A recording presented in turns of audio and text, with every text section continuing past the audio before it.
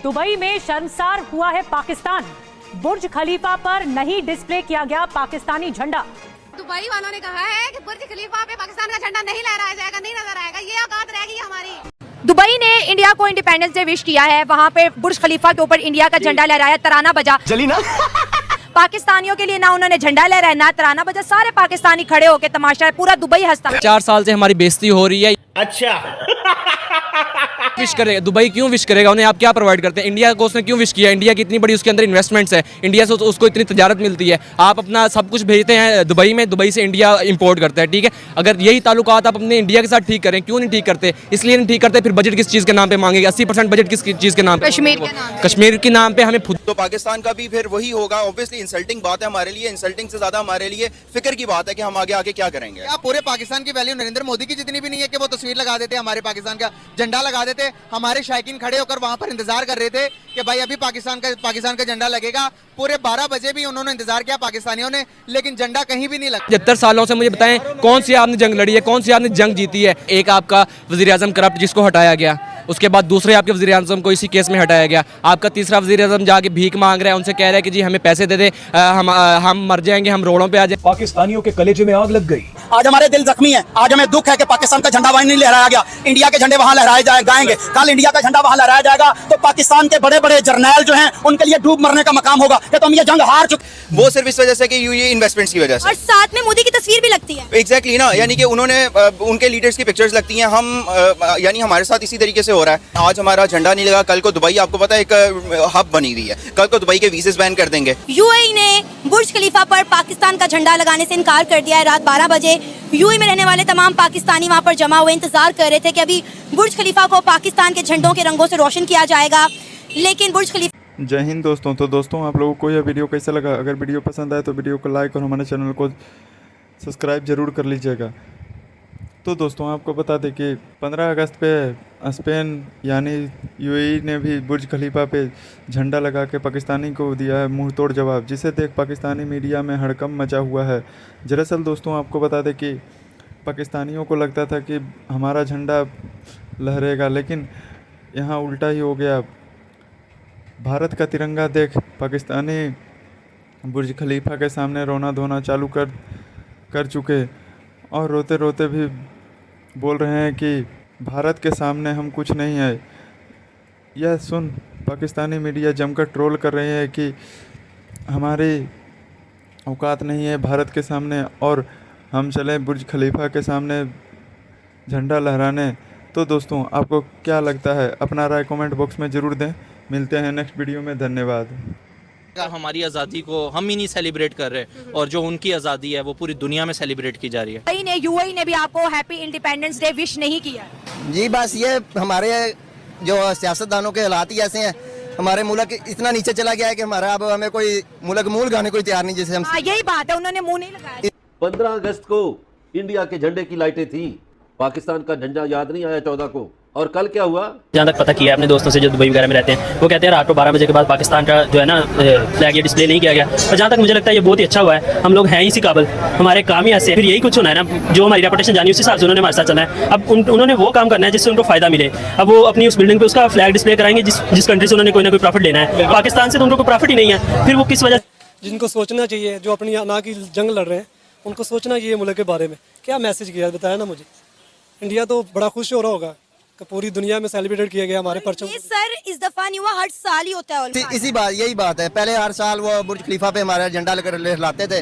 आज जितने भी रात हमारे ओवरसीज पाकिस्तानी वहाँ पे गए हैं, सब इमोशनल होकर वापस ही आए हैं। आप ये देखो बेइज्जती कितनी हुई है, ये तो बताओ। ये तो अब ये तो सियासतदानों के मुंह पे थप्पड़ ही है ना, और कोई सारे पाकिस्तानियों के मुंह पे थूक रहे हैं कि देखो बेइज्जती अपनी। पाकिस्तानी अवाम कुछ नहीं करती, ये बेवकूफ अवाम है। यहाँ सियासतदान लूट के खा गए हैं। अनाउंस किया है, क्या वजह लगता है? चाहते हैं तो आप प्लीज उसके लिए जो है ना एफर्ट करें, जो एफर्ट इंडिया ने की है और जिसका जो सिला है वो उनको मिल चुका है और हम सब देख रहे हैं। नहीं तो ये जो बाजे बज रहे हैं, मैं पूरा रास्ते बाजे सुनता हुआ आ रहा हूँ, मतलब अजीब तरह तरह की आवाजें, इससे आपको नहीं लगता कि कोई फायदा होगा?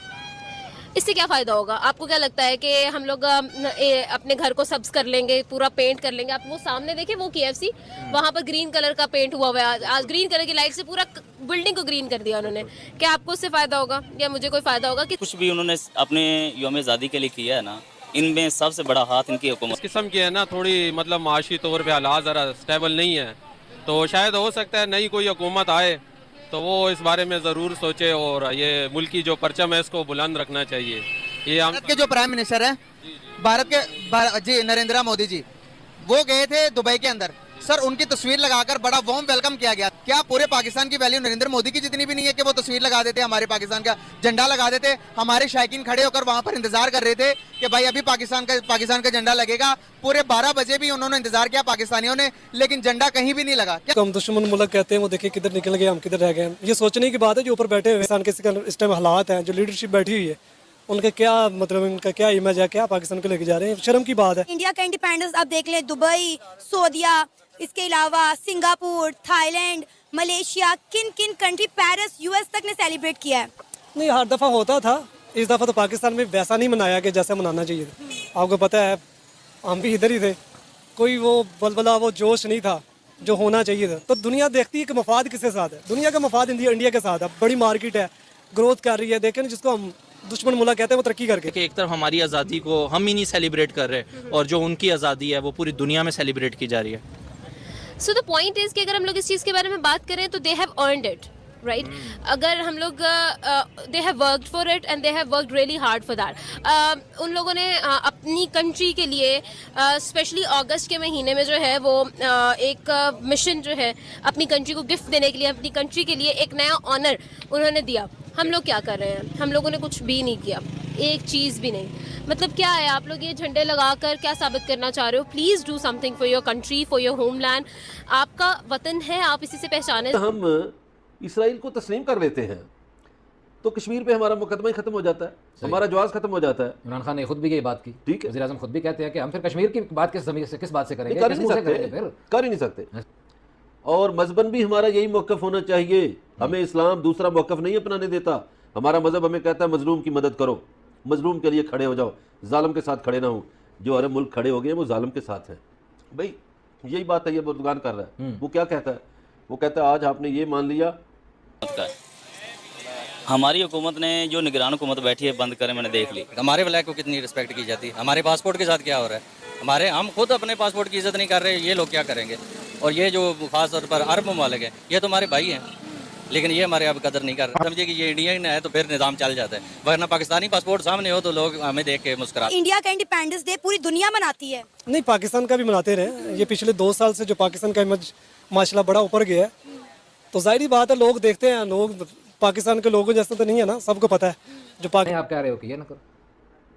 हालिया चंद दिनों में 2 मरतबा मुझे दुख हुआ उनका। बुर्जुल खलीफा देखकर, बड़ी इमारत है, बहुत शानदार। 15 अगस्त को इंडिया के झंडे की लाइटें थी, पाकिस्तान का झंडा याद नहीं आया 14 को। और कल क्या हुआ? कल इसराइल के झंडे की लाइटें थी। और ये शर्म का मकाम है। अरब मुल्कों में आम स्टोरों में बुत बिकते हैं, मूर्तियां बिकती हैं। ये कैसे मुसलमान है? बराए नामों की हद तक। और वैसे भी वो नाम तो उन्हें अच्छे नहीं लगते जो नबी के घराने के नाम थे। अब तो मंदिर शंदर भी शुरू हो गए हैं और भी बहुत सारे मामला हैं। तो मैं तो समझता हूँ कि अली रज़ा अलवी साहब, कल को ये क्या जिसको सबसे ज्यादा मतलब तनकीद का निशाना था वो मोदी था। मोदी कहाँ ले गया अपने मुल्क को, और हम कितने बजाय आगे को जाने को हम 20 साल पीछे चले गए। पेरिस, बेल्जियम और कितनी ऐसी कंट्रीज हैं मैं जिनके नाम अभी शायद भूल चुकी हूँ कि जहाँ पर इंडिया का यौम आज़ादी सेलिब्रेट किया गया है। बिल्कुल, वो बात आपकी सारी ठीक है, लेकिन हम बताएं ना, हम इज्जत झंडे को इज्जत किसने दिलवानी है? हमने दिलवानी है, ठीक है। अगर हमारा किरदार ही नहीं होगा, हम उनके साथ बातचीत कर ही नहीं सकते, ठीक है। जब हम चोर होंगे तो फिर हम उसके साथ कैसे, किस लेवल पे बात करेंगे? वो लोग अपने मुल्क के साथ मुखलिस हैं, हम लोग अपने मुल्क के साथ। तो आपको मदीने की हिफाजत मुश्किल हो जाएगी। मदीना कब्जे में कर लिया, मक्के की हिफाजत मुश्किल हो जाएगी। मक्का उन्होंने कब्जे में कर लिया, काबे की हिफाजत मुश्किल हो जाएगी। तो मैं तो समझता हूँ जो मुल्क इस वक्त इस्लामी खड़े हो गए हैं वो अजीम लोग हैं।